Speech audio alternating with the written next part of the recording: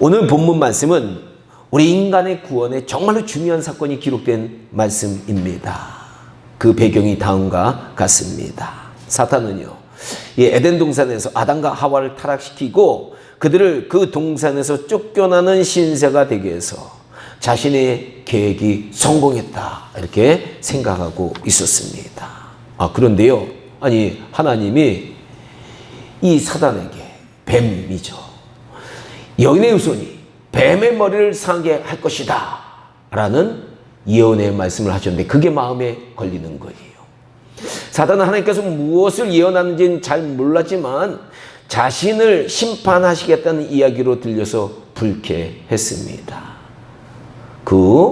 그래서 사탄은요, 그래, 어디 보자, 나를 어떻게 하는지 보자 라고 오기를 부르면서 이 아담과 하와의 후손들이 점점 더 죄를 짓도록 유혹을 합니다.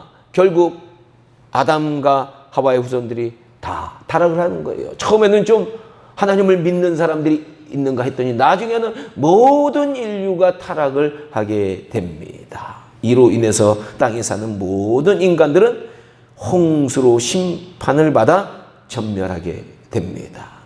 그저 이제 남은 자들이라고는 방주에 탄 노아와 그의 7 식구만 살아남게 되었습니다. 이때 사단은 이제 하나님께 이렇게 잘난 척 했을 거예요. 하나님 보십시오, 당신의 형상을 닮은 인간들이 다 타락해서 이렇게 심판받지 않았습니까? 저기 시체들 넓어져 있는 거 보십시오. 인간은 당신이 사랑할 가치가 없는 존재들입니다. 그들은 어둠을 사랑하고 죄를 사랑할 따름입니다. 이제 겨우 노아와 그의 7 식구만 이 땅에 남았습니다. 지금 지옥을 보면 이 불구덩이에 수많은 사람들이 들어갔는데, 하나님 보세요, 낙원에 들어간 사람들이 얼마 되지 않습니까? 그러므로 나 사탄이 승리한 겁니다 라고 거듭을 피웠을 것이다 라는 거예요. 그러나 하나님은 이런 사탄의 조롱에도 신경 쓰지 않으시고 노아의 세 자녀들을 통해서 하나님을 믿고 순결하게 사는 그의 백성들을 만드실 새로운 계획을 세우셨습니다. 이렇게 좀 원래 능력 있는 사람들은 가만히 있어요. 어떤 비난이 있어도. 원래 능력 없는 사람이 막 이렇게 화내는 거예요, 비난이 있으면. 그래서 하나님께서는 아담과 하와에게 명령하신 축복처럼 노아의 자녀들에게도 창세기 9장 1절에서 땅에 충만하고 번성해라 라고 축복을 하셨습니다. 그러나 사탄은 이 하나님의 계획을 그대로 둘 리가 없습니다. 원래 사탄이 이 하나님의 사역을 방해하는데 일가견이 있잖아요. 교회가 부흥하려고 해도 방해를 하고요, 성도들이 신앙생활 열심히 하려고도 방해를 하거든요. 이때도 사탄이 방해를 합니다. 그는 새로운 인류의 조상이 되는 이 노아의 세 아들을 봤는데 이 노아의 세 아들 중에 보니까 함이라는 아들이 좀 영적으로 약한 거예요. 유혹에 약할 것 같은 거예요. 그래서 그에게 접근했습니다. 그리고 그에게 유혹을 했는데요, 하루는 함이 보니까 아버지 노아가 대낮에 포도주에 취해서 발가벗고 누워있는 모습을 보고 아버지를 조롱하는 거예요. 다른 형제들은 우리 아버지 저렇게 먹고 자시는데 옷이라도 덮어드렸지 하면서 감춰드리는데 함은 아버지를 조롱을 합니다. 사실 이 비웃음은 영적으로 보면 사탄이 하나님을 향해서 한 비웃음이다 라고 우리가 깨달을 수 있어요. 하나님, 당신이 의인이라고 하는 노아를 보세요. 술 먹고 취해서 벌거벗고 누워있지 않습니까? 인간이란 거 가만히 보니까 이렇게 다 형편없는 것 같아요. 뭘 그리 하나님께서는 그들을 사랑하려고 하십니까? 의인이라고 하던 노아도 저 정도뿐이 안 되는 인간 아닙니까? 우리는 이러한 아들 함이 아버지 노아를 조롱하는 모습에서 우리의 죄악과 우리의 형편없음을 사정없이 비난하는 사탄의 모습을 발견하게 된다라는 거예요. 그렇습니다. 사탄은 노아 홍수 이후로 새로운 인류가 시작되었을 때에도 아마 하나님을 이렇게 조롱했을 것이다 라는 거예요. 하나님 어디 봐요. 하나님이 승리한지 내가 승리한지 한번 보자고요. 그래서 사탄은 그 후에도 인간들 끊임없이 유혹해서 이제 바벨탑을 쌓게 하는 거예요. 그래서 교만의 죄가 그 땅에 가득하게 하는 겁니다. 인간들이 하나님께 영광 돌리기보다는 자신의 이름을 높이는 교만이 이 세상에 가득하도록 유혹을 했다라는 거예요. 오늘날도 보니까요, 사람이 조금만 배운 사람들, 조금만 가지면 사람들 얼마나 교만해지는지 몰라요. 인간의 이 유혹에 빠지기 쉬운 속성이 교만해지는 거예요. 이 당시도 이 바벨탑 시대의 사람들도 완전 교만이 머리 끝까지 쳤어요. 이때 하나님께서는 그들의 언어를 혼잡게 하셔서 인간들이 온 땅에 흩어지게 하셨습니다. 그러자 사탄은 계속해서 인간들을 유혹하는 거예요. 끈질기잖아요, 사탄이요. 그래서 이번에는 온 인류가 우상을 섬기는 우매한 죄에 빠지도록 유혹을 합니다. 아마 이때 또 사탄은요, 하나님을 이렇게 조롱했을 거예요. 아니, 우주의 창조자 하나님, 아담과 하와의 후손들도 죄를 사랑하고 어둠의 법을 따라서 멸망당했는데 이제 노아의 후손들도 보니까 계속적으로 타락한 것을 보십시오. 이제 온 땅이 교만뿐만 아니라 우상 숭배와 죄로 가득한 것을 보십시오. 하나님, 이번에도 당신이 실패했고요, 내가 승리한 겁니다. 그러니 이번에도 하나님께서는 모든 인간들을 심판하셔야 되지 않습니까? 그리고 또 사탄이 이렇게 얘기했을 거예요. 여인의 후손이 저의 머리를 상하게 한다고 지난번에 예언하셨죠? 아니, 어디 저의 머리를 깨트려 보십시오 라고 하나님을 비웃었을 것이다 라는 거예요. 바로 오늘 본문에 나오는 아브라함의 이야기는 이런 배경 속에서 일어난 사건이에요. 이 앞사건이, 이런 사건이 있은 다음에 바로 하나님께서 아브라함을 부른 거예요. 이 이야기는요, 인간을 구원하시고 그들에게 다시 복을 주시길 원하시는 하나님의 비밀 계획이 어떻게 이루어지기 시작하는지 그 시작을 보여주는 사건이다라는 겁니다. 이 사건은요, 비록 노아의 후손들이 다 우상 숭배로 타락했지만 다시 그들을 하나님의 거룩한 자녀로 구원시키겠다는 하나님의 비밀 계획이 어떻게 이루어지는지 그 시작을 알려주는 이야기다라는 겁니다. 그래서 신약 성경은요, 이 하나님의 구원 계획이 아브라함의 후손으로 이 땅에 오신 예수님을 통해서 성취되었다라는 것을 우리에게 알려줍니다. 그러니까 구약은요, 여러분, 구약 성경에 가장 핵심적으로 구원의 사역으로 등장한 인물이 아브라함이에요. 신약에서는 그 구원의 성취로 등장하신 분이 누구냐? 바로 우리 예수님이시다라는 거예요. 그래서 마태복음 1장을 보면요, 아브라함과 다윗의 자손 예수 그리스도의 세계라 라고 선포를 하면서 시작합니다. 그리고 아브라함으로부터 다윗까지 14대, 다윗으로부터 바벨론으로 옮기기까지 14대, 바벨론에서 해방되어서 예수 그리스도까지 14대에 걸쳐서, 즉 총 42대 만에 하나님의 비밀 계획이 이루어졌다라는 것을 우리에게 마태복음 1장은 알려주고 있다라는 거예요. 우리는 흔히요, 마태복음 1장을 읽으면 처음에 족보들 계속 나오니까 아이고 지겨워, 지루해 라고 생각하기 쉬운데, 사실 이 족보는 이게 엄청나게 중요한 족보예요. 이 족보는 우리의 구원을 예수 그리스도 안에서 완성하신 하나님의 활동 증거다라는 거예요. 그래서 이 족보가 신약 성경 가장 처음인 마태복음 1장에서 나오는 것은 하나님께서 우리 인간의 구원을 위해서 역사 가운데 쉬지 않으시고 준비하셨고 일하셨다는 것을 우리에게 알려주고 있다라는 겁니다. 그런데 이 족보를 더 깊이 이제 우리가 살펴보면요, 이제 42대의 족보가 세 부분으로 나눠졌다라는 것을 우리가 알 수 있습니다. 먼저는 아브라함부터 다윗왕까지 14대인데요. 그리고 다음으로는 다윗왕으로부터 바벨론 포로까지 14대고요. 그리고 세 번째로는 바벨론 포로에서 해방된 이후에 예수 그리스도까지 14대로 구성되어 있어요. 이 중에 가장 먼저 나오는 아브라함에서부터 다윗왕까지 14대가 걸렸다라는 것은 예수님께서 온 인류의 왕으로 오셨다라는 것을 상징하는 거예요. 쉽게 말하면 하나님께서 수많은 고난을 받은 다윗왕의 생애를 통해서 이 땅에 오셔서 온갖 고난을 다윗왕처럼 받으시지만 그 백성을 구원하실 왕 대신 예수님의 예언이 성취되었다라는 것을 우리에게 보여주는 거예요.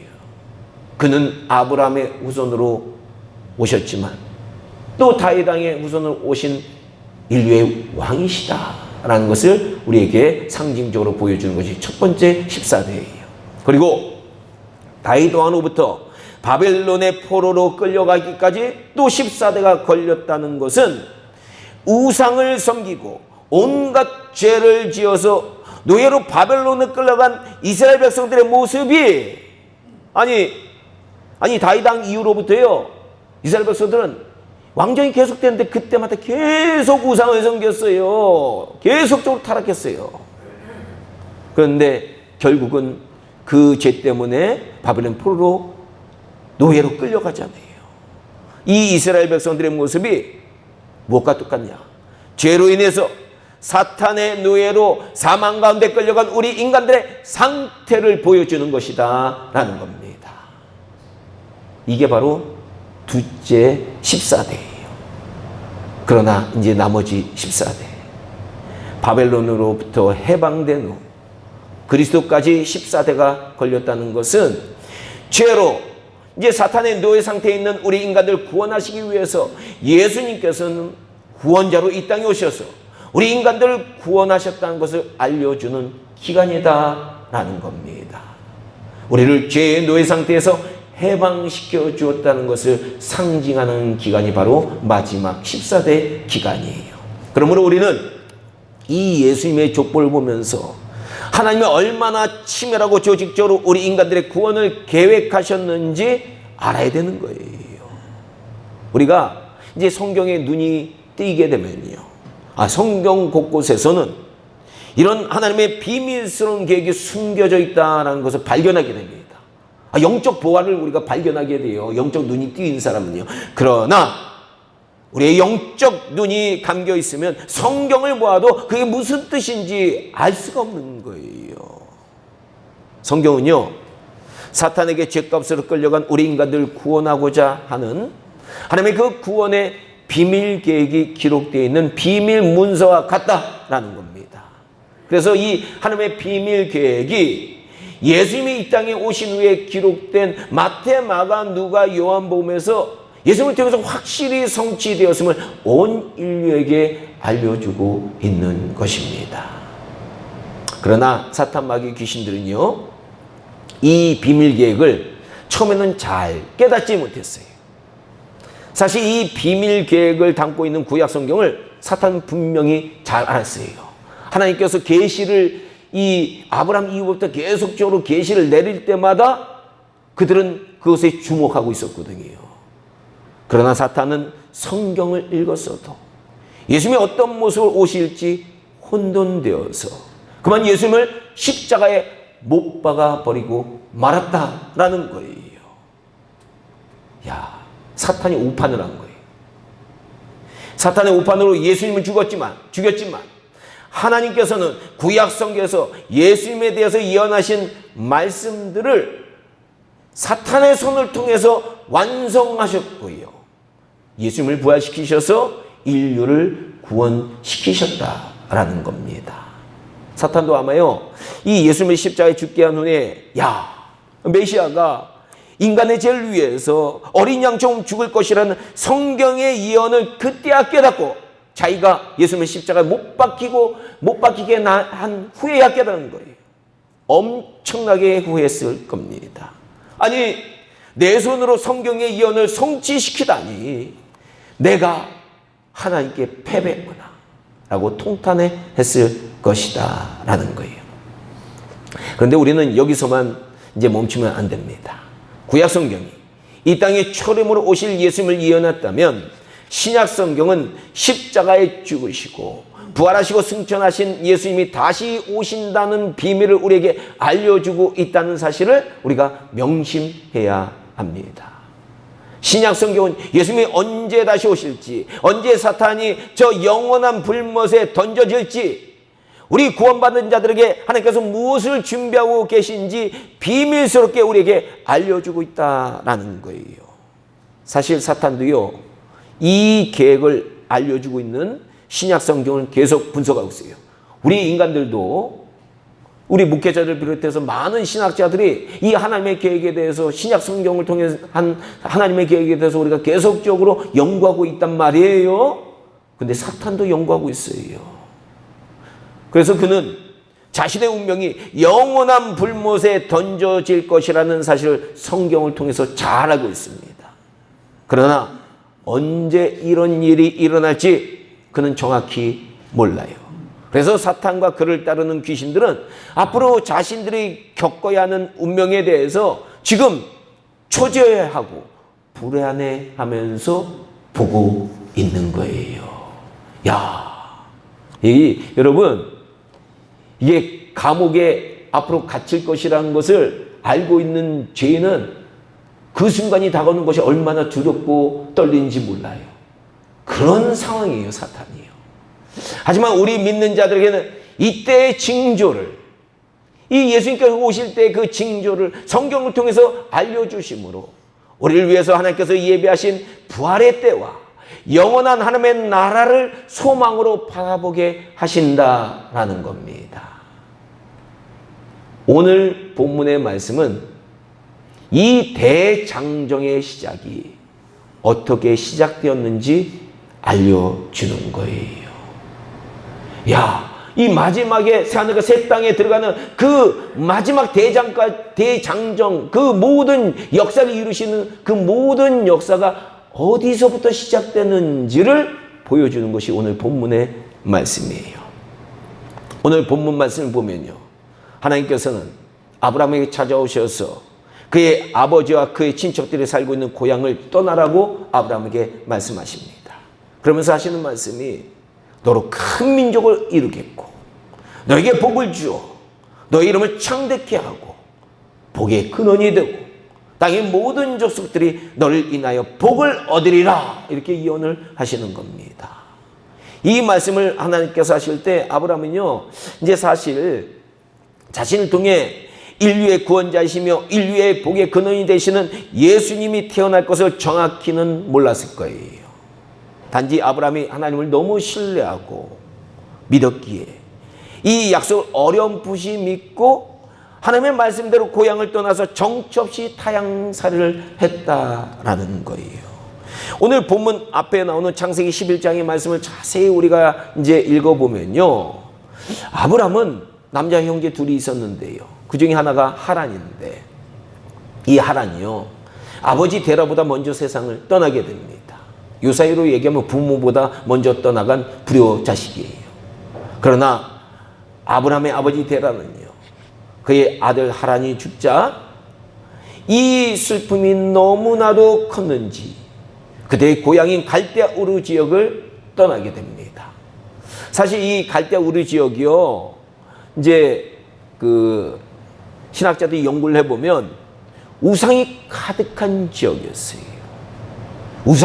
전 세계의 우상의 본거지나 마찬가지였다라는 겁니다. 아버지 데라와 그의 자녀들은 그 우상을 섬기면서 거기서 살았던 거예요.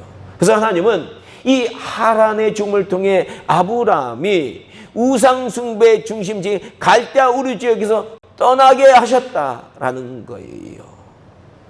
하지만 아브라함의 아버지 데라는요, 그 땅을 떠나서 가다가 먼저 세상을 떠난 아들의 이름과 똑같은 도시를 하나 만나게 되는데 그게 바로 하란이에요. 그곳에서 정착해서 죽을 때까지 생활을 하게 됩니다. 근데 이 하란도 이제 신학자들이 연구해 보니까 우상이 가득한 곳이에요. 여기서 우리가 알 수 있는 사실은 하나님은요, 데라가 그의 자녀 하란의 죽음을 통해 참된 하나님을 만나기를 원하셨다라는 거예요. 근데 데라는 불행하게도요, 이것을 깨닫지 못한 거예요. 그는 단지 아들의 죽음 앞에서 아들만을 그리워하다가 그 달신을 숭배하는, 이 하란은 달신을 숭배하는 땅이었거든요. 그래서 그 땅에서 여생을 마치게 됩니다. 여러분, 이렇게 우상을 섬기는 도시에서 살았다는 것은 그 우상을 섬기면서 살았다라는 것을 우리에게 보여주는 거예요. 아마 이때 데라가 만약에 하나님을 만났다면 그는 아브라함 대신에 믿음의 조상이 데라가 되었을 것이에요. 그러나 불행하게도 그는 믿음의 조상이 되지 못하고요, 그의 아들 아브라함이 하나님을 만나게 되었다라는 겁니다. 오늘날 현대를 살아가는 우리에게도 하나님은 우리 각자가 믿음의 조상이 되기를 원하고 계신다라는 거 여러분도 아셔야 돼요. 우리 자신을 통해서 구원을 받고 하나님을 섬기는 믿음의 자손들이 계속 생겨나기를 원하실 뿐만 아니라 주변에 많은 사람들이 우리를 통해 구원받기를 원하신다라는 겁니다. 즉, 나를 통해 많은 사람들이 예수님을 알고 영원한 천국에 들어가는 복의 통로가 되기를 원하신다라는 거예요. 하지만 안타깝게도 오늘날 많은 크리스찬들은 가만히 보니까 이 땅의 것들에 붙잡혀 있어서 이 하나님의 뜻을 이루기보다는 데라처럼 이 땅에서 헛되게 죽어가고 있다라는 거예요. 여러분, 우리가 교회 다닌다고 다 천국에 들어가지 않는다고 얘기해요. 천국에 들어가는 길은 좁은 길이에요. 천국은 소수만 들어가 있다고 천국 갔다 오신 분들이 얘기하더라고요. 교회 다닌다고 다 천국에 들어간다고 여러분 생각하면 안 돼요. 우리 중에 누가 갈지 몰라요. 그러니까 우리가 정말로 천국의 소망 제대로 갖고 신앙생활을 해야 되는 거예요. 근데 아브라함은요, 형제 하란의 죽음을 보았고 또 아버지 데라의 죽음을 보았습니다. 아마 이때 아브라함은 인생의 덧없음을 깨달았던 것 같아요. 온갖 우상을 섬기고 부족을 갖고 살아도 이것들이 죽음의 순간은 아무 소용이 없다라는 것을 그가 깨달은 것 같아요. 바로 이때 아브라함은 많은 신들 중에 당신은 이신 저신 많이 섬겼거든요. 아담과 하와 때부터 전해 내려오던 영원한 천국을 얘기해 주시는 여호와 하나님을 찾게 된 것 같다라는 겁니다. 그래서 히브리서에서는요, 아브라함의 믿음이 이 영원한 본향을 사모한 믿음이다라고 우리에게 알려주고 있습니다. 이처럼 가족의 죽음을 보고도 데라는 하나님을 발견하지 못했지만 아브라함은 하나님을 만나게 된 거예요. 아브라함은 가족의 죽음을 통해 우리가 죽고 나면 가야 하는 영원한 곳이 있다는 것을 깨닫기 시작한 거예요. 그래서 아브라함은 어디로 갈지 모르지만 하나님께서 야, 너는 내가 가라고 한 땅으로 가라 라는 말씀에 순종하고요, 정처 없이 고향을 떠났습니다. 우리 오늘 오신 김성재 선교사님, 하나님이 가라고 하시니까 정처 없이 아무것도 없이 떠난 거예요. 그는 우상과 죄악의 땅을 떠나 하나님께서 가라고 하신 곳으로 떠난 거예요. 여러분, 우리가 떠날 때에는 죄를 떠나야 돼요. 이 영적으로 우리가 해석을 잘해야 되는데 우리가 떠나라고 하니까 그냥 무조건 떠나는 것이 아니라 바로 죄의 땅에서 떠나는 거예요. 죄의 삶에서 떠나라고 하는 영적 의미를 갖고 있는 거예요. 또 그는요, 풍요 안락함이 있었던 죄의 땅을 떠나서요, 천국을 소망하는 방랑자로 이 땅에서 살아가게 되었다라는 겁니다. 저는 오늘 본문의 말씀을 통해 하나님이 부르시면 모든 것을 뒤로 남겨놓고 이 세상을 떠나야 하는 우리는 아브라함처럼 영원한 천국의 소망을 두고 살아야 된다는 것을 깨닫게 됩니다. 우리는 우리 믿음의 조상 아브라함처럼요, 이 땅에서 방랑자로 사는 거예요. 떠돌이로 사는 거예요. 나그네로 사는 거예요. 이 땅은 우리의 고향이 아니다라는 거 여러분도 아셔야 돼요. 우리의 고향이 어디입니까? 영원한 천국이 우리의 고향이고 우리의 본향이다라는 것 우리는 늘 명심해야 돼요. 이것만 명심하면요, 이 땅에 쓸데없는 것에 우리가 집착 안 해요. 이것을 모르면 이 땅에 쓸데없는 것에 우리가 집착하게 되는 거예요. 부디 우리 성민교회 성도님들은 죽을 수밖에 없는 우리 자신들의 모습을 보면서 영원한 천국을 발견하시길 주님의 이름으로 간절히 축원합니다. 내가 죽는다는 걸 알아야 돼요. 반드시 죽는 순간이 여러분들에게 찾아와요. 앞에서도 말씀드린 대로 우리를 향하신 하나님의 구원 계획은 아담과 하와 때부터 시작해서 아브라함을 거쳐서 예수님에 의해서 완성되었습니다. 이것은 다 우리를 사랑하시는 하나님의 비밀 계획입니다. 영원한 하나님의 나라에서 영원히 우리와 함께 하실 하나님 아버지의 계획이다라는 거예요. 그러나 사탄은 지금도 우리 주위를 배회하면서 앞으로 사탄이 가야 할 최후의 심판의 장소인 영원한 불못으로 우리도 같이 가도록 유혹하고 있다는 것을 우리가 명심해야 됩니다. 사탄은요, 어차피 그의 운명이 정해져 있어요. 어차피 망한 거예요. 그러니까 사탄은 우리 인간들도 자기가 망했으니까 같이 망하기를 원하고 있다라는 것을 우리가 명심하면서 사탄 조심해야 돼요. 사탄 유혹에 조심해야 돼요. 사랑하는 우리 성민교회 성도 여러분, 우리는 이 하나님의 구원의 비밀 계획에 동참하지 아니하면 영원토록 불타오르는 불못으로 사탄과 함께 들어가게 된다라는 거예요. 그것은 우리 인간들을 심판하기 위해서 만든 것이 아니에요. 원래는 불못은요, 사탄을 심판하기 위해서 만든 것이다 라는 거예요. 그러나 어리석은 많은 인간들은 이것을 깨닫지 못하고 우리 인간들 위해서 하나님께서 준비하신, 하나님이 우리 인간들을 위해서 준비하신 건 뭐냐? 영원한 새하늘과 새 땅, 영원한 천국인데 이것 대신에 어리석게도 세상 죄를 즐기다가 사탄 마귀가 가야 할 불못으로 사탄과 함께 가는 인생들이 이 세상에 너무나도 많다라는 겁니다.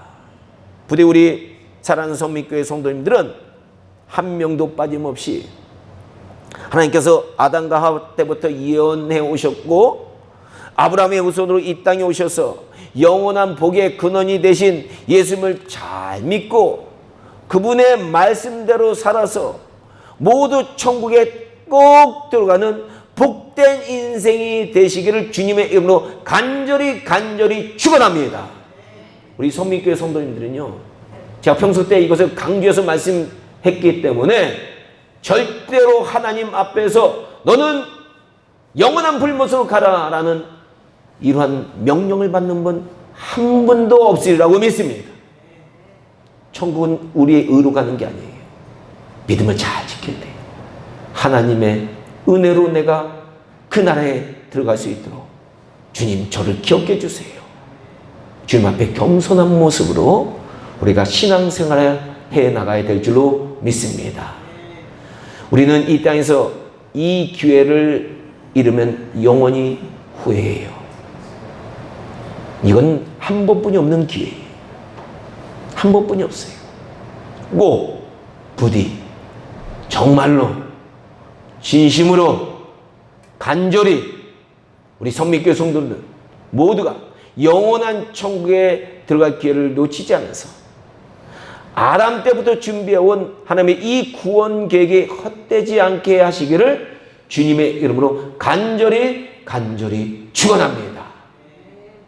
하나님께서는 우리 성민교회 성도들을 위해서 천국에 영원한 성민타운을 건설하고 계세요. 이미 김승배 장로님도 정명훈 장로님도 많은 성도님들이 거기에 가서 그곳에서 살고 있어요. 그런데 그 날에 이 로또 같은 분양을 당첨권을 잃어버리는 성도님들, 그거는 어리석은 자예요. 그런 분들 한 명도 없기를 여러분 진심으로 간절히 여러분께 당부를 합니다. 여러분, 하나님 앞에 우리가 설 때 부끄러움 없이 서야 돼요. 부끄럽게 서서는 하나님 나라 들어갈 수 없으니까 정말로 부끄럽지 않은 모습을 잘 준비해서 이제 하나님께서 부르실 때 힘차게 하나님 앞에 달려가는 저와 여러분들 되시기를 주님의 이름으로 축원합니다. 부끄러운 자는 하나님 앞에 자신 있게 못 나가요.